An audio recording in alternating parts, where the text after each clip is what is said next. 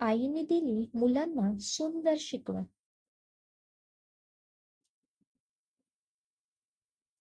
एकदा आई तिच्या दोन मुलांना गोष्ट सांगत असते. छान मैत्रिणी असतात. त्या चौघीही एकाच वर्गात असतात. एकदा त्यांच्यात मस्ती होते.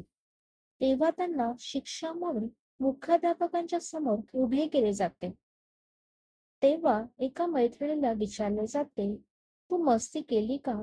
तर ती लगेच नाही म्हणते आणि दुसऱ्या मैत्रिणीवर ढकलून देते. आता दोषी दुसरी मैत्रीण असते, म्हणून तिला न विचारता तिसऱ्या मैत्रिणीला विचारले जाते.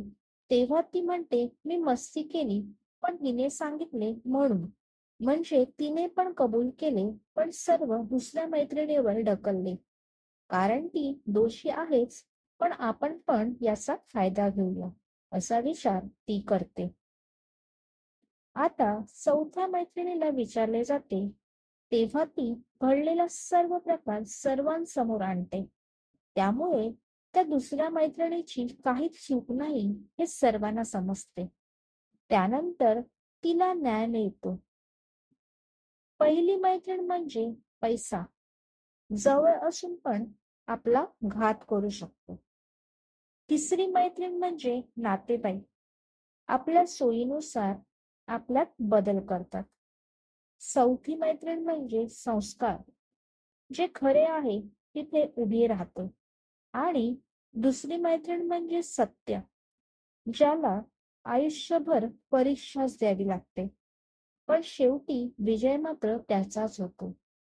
हे ऐकल्यावर मुलांना जीवनाचे सत्य समजते.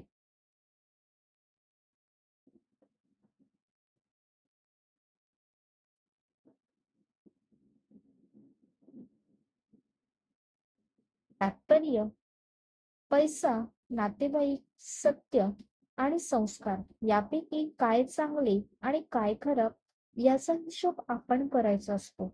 फक्त त्याची पारख योग्य प्रकारे करता आली पाहिजे. Thank you.